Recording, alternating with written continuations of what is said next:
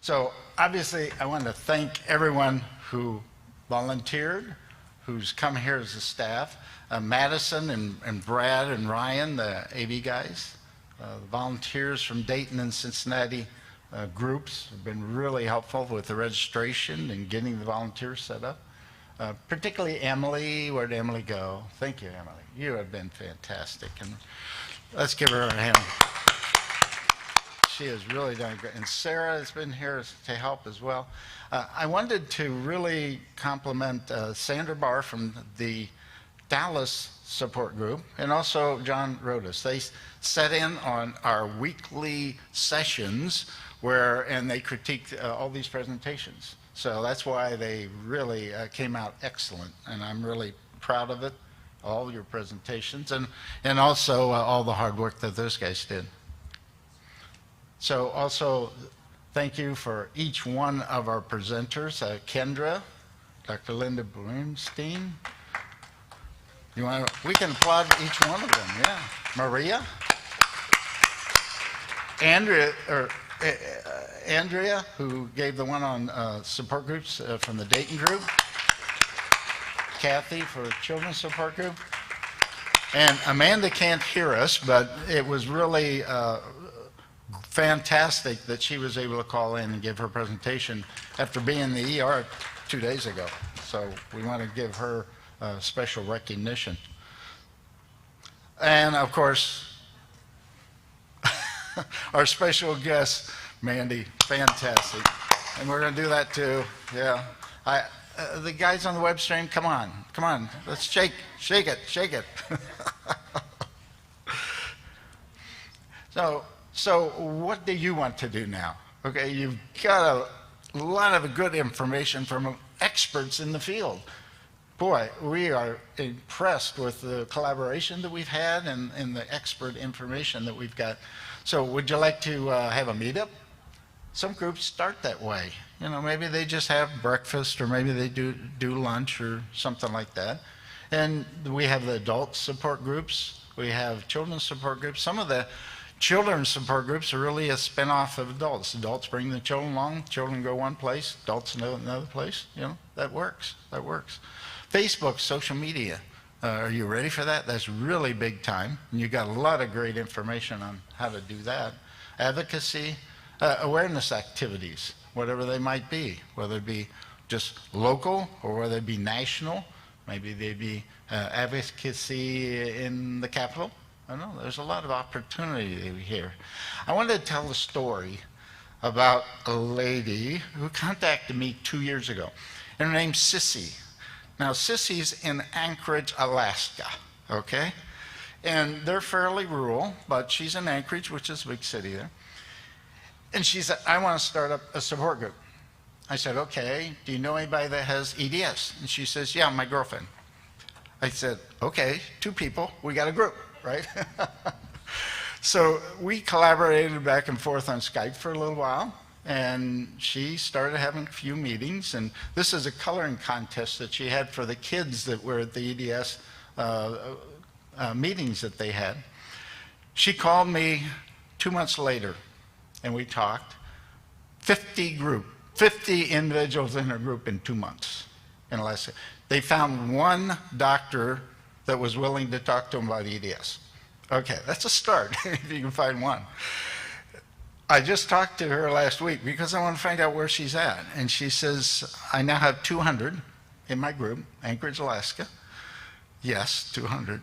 And she says, I have a yoga teacher who has EDS, she's part of our group, a physical therapist who has EDS, and she's part of the group, and a nurse practitioner, part of the group. So the group is expanding, but when I hear this story, I say, you know, okay, can we start a group? You only need 2 people, and you got a group, okay? It's a good way to start, and it evolves. It evolves, like Andrew was saying. So getting started on Facebook, you know, we had a great presentation on that. And, you know, are you ready for that? How do you handle friend requests? There's a whole lot of different issues, but you got the information. So go review it again and you can start social media or Facebook.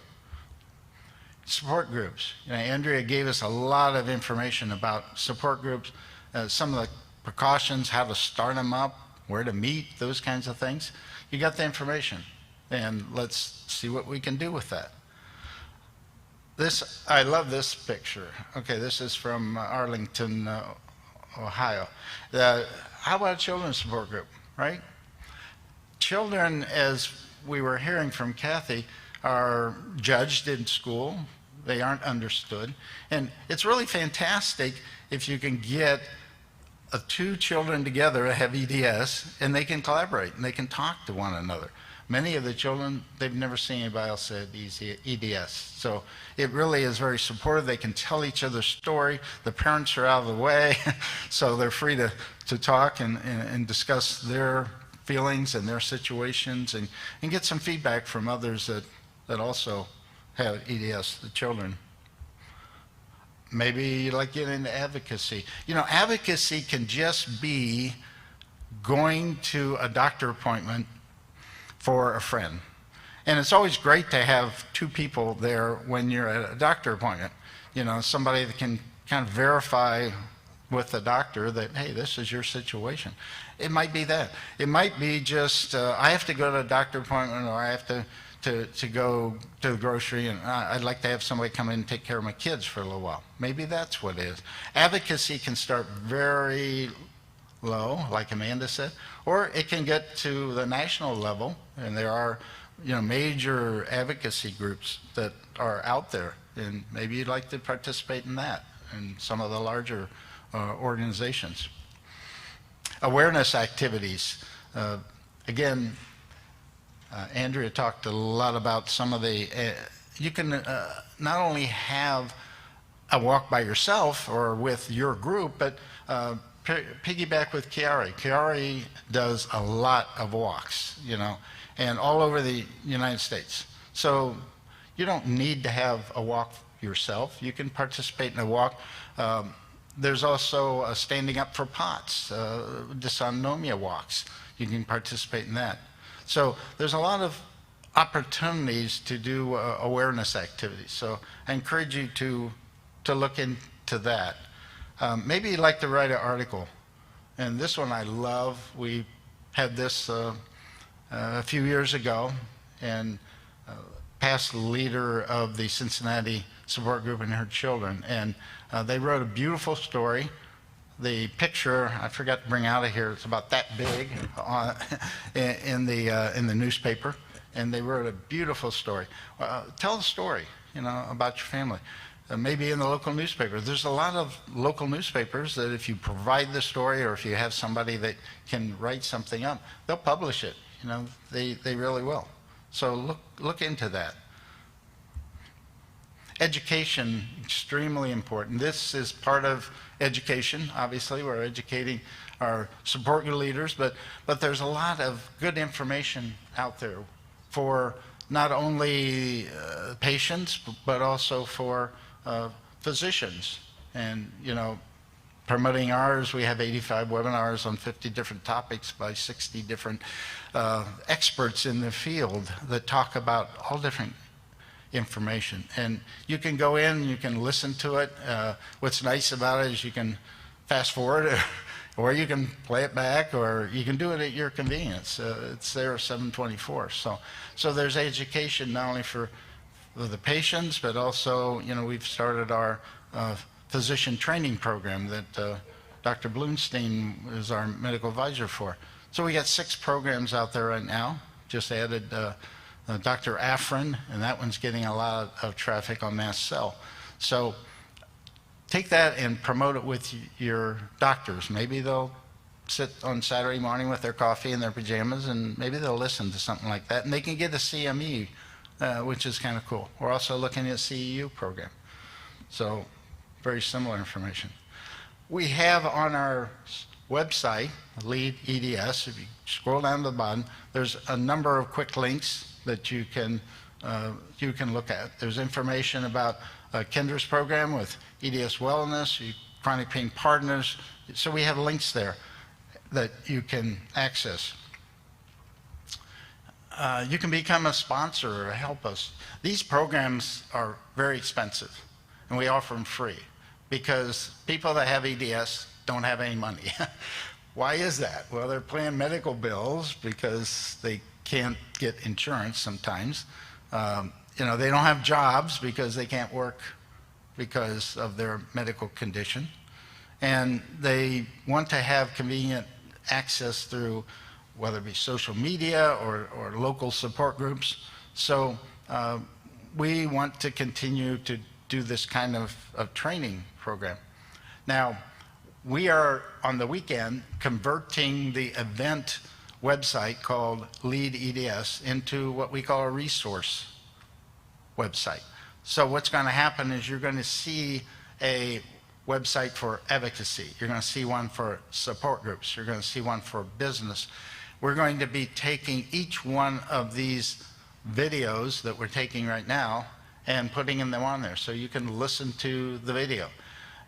Each one of the presenters is providing information about their programs, links to articles and webinars and support group locations, and it'll be a resource for each one. And we're planning to evolve this so that we have a lot of good information, a resource for people that want to get into EDS leadership. So that program is going to be set up, and we're looking forward to getting that done by the weekend. So we're going to wrap up a little early, and I really appreciate everyone who's attended, all those that listened to this web stream. And it's been a long day. It's been a long day for us, and I'm sure it's a long day for you. The information is going to be out there, and we would like for you to review it, get that information available. I'm going to make one final slide. This is hard for me.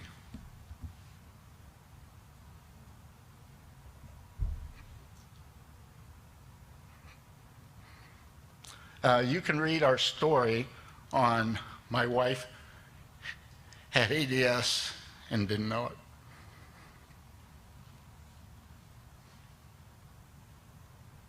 So that's it, people. Thank you for being here. Have a good evening.